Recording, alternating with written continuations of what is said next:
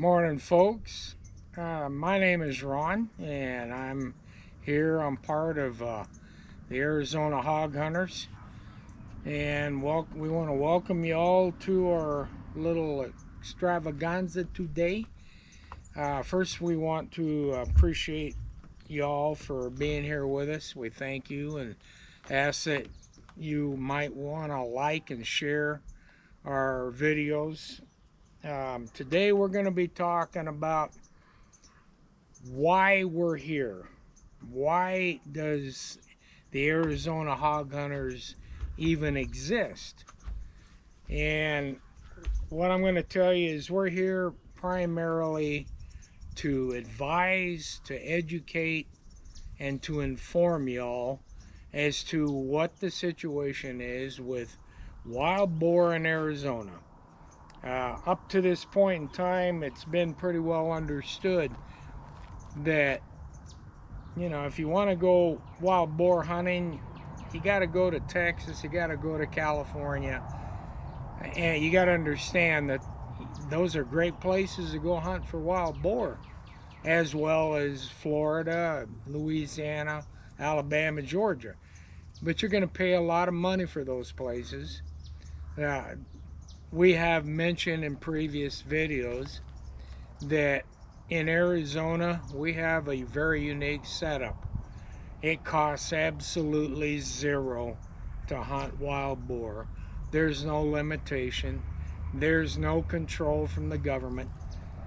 Bottom line is there's freedom.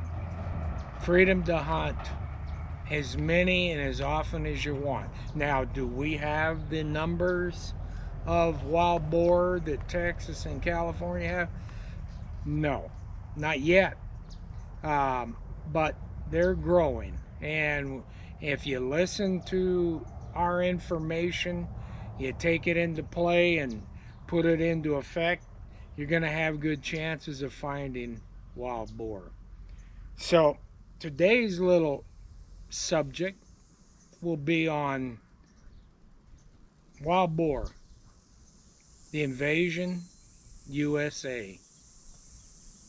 Now, I'm not going to be talking about the movie that Chuck Norris made back in 1985. This is not about an invasion by foreigners. We're not even going to talk about the invasion that's been going on our southern border for the last 4 years. We're going to be talking about devastation. Devastation created by millions of wild boar across this country. According to the Agricultural Department, USDA, we have approximately approximately 7 million hogs, wild boar, operating in the United States.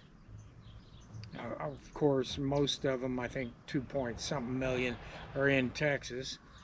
But Arizona has been developing a growing herd, and if we don't do something to keep them under control, we're going to see radical measures taken by government entities to try and control these animals, and which we believe, many of us hunters specifically, that wild boar are out there for the taking. And I'm going to explain to you why we need to be hunting these animals. Okay? Right now, the devastation created by these wild boars, according to the Department of Agriculture, is $2.5 billion a year. This is what the damage they do to our crops, to our farms, and that doesn't take into consideration the wildlife that's affected by these critters, this invasive species, because they do a lot of destruction. They eat all kinds of bird eggs, quail, turkey. They go after fawn, deer, um, just anything they can outrun, they're going to eat. And they're pretty quick. You know, they run about 35 miles an hour. So that's a lot of devastation that a species like this can do. All right, our solution, well, first of all, the government, well, I've already mentioned their attempts to control, and Texas has been kind of the premier operation for governmental impact attempts to control. They've used everything from federal hunters and trappers. They applied bounties. They've tried the bounty program. They've tried poison. Now they've got this latest poison that supposedly doesn't affect other species. They're using on a trial basis, mostly in Texas. And folks, I'm sorry, but that any kind of chemical agent that you use to try and control, I'm not real excited about. We all know what happened with COVID and some of that garbage that the government was involved in, how it affected DNA, etc. You know, there's still going to be hunters out there hunting wild boar, and knowing that you're going to be taking a boar that might have been injected with some kind of poison that gradually kills him over time, that doesn't appeal to me whatsoever. Anyway, here's the solution. Simple. Eat more pork. If the government would take one fraction of the costs that they're spending right now to try and control these animals and educate the public as to pork, wild boar pork, we wouldn't have a problem. We'd have a whole lot more hunters out there taking these animals and enjoying it. I've eaten lots of wild boar and I love it. Frankly, it's one of my favorite table fares. Right behind moose and right behind elk. And so what we need to be concerned with is trying to get people to understand what a delicatessen this, what a delicacy, I guess that's a better word, delicacy, and it's very tasty, bottom line. Now, some of the concerns over the years have been, well, wait a minute, wild boar, don't they carry a lot of diseases? Well, all wildlife have diseases, bottom line. Okay, yeah, with taking regular precautions, wearing eye gear, eye protection, wearing gloves, cooking your meat to the proper temperature. It's the same as deer or bear.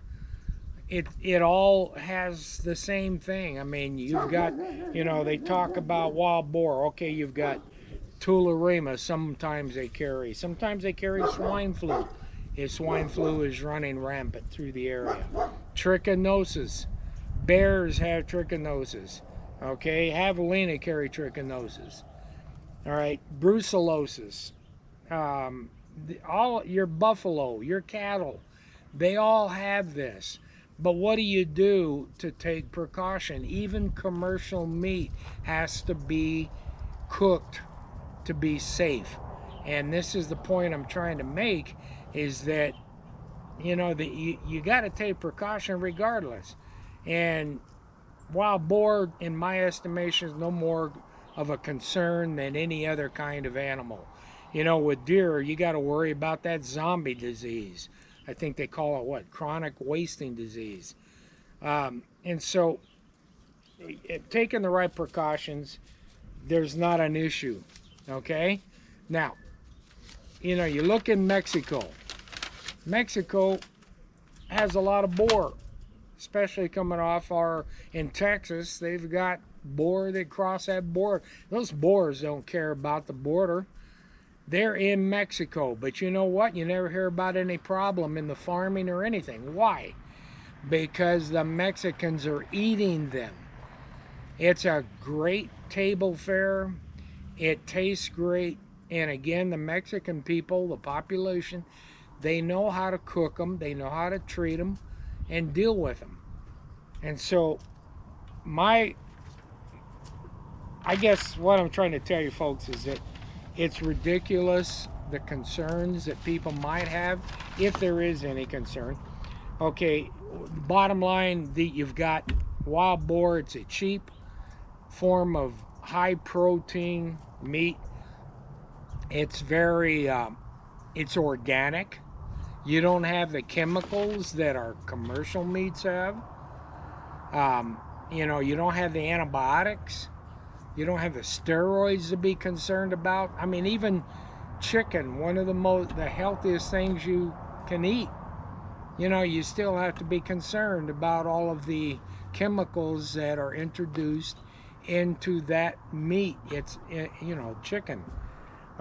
Pork the same way, beef, it's all the same.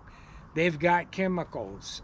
When you take wild boar, you don't have to worry about that stuff. And then nowadays we hear they're introducing fake meat. Bill Gates is a real big, strong advocate of the fake meat. I'm sorry, folks. I'm not going to be eating fake meat. I don't care how hungry I am, because I don't know what they've got in that stuff. So, bottom line today, folks, we're talking about why we're here, what we're doing, why we're doing it. And we want to invite you to our next video, which will be talking about the various weapons, firearms that we use, why we prefer those specific firearms, the ammos, what we prefer and think are the best ammunitions to use, including handguns. And so until then, we will see you then.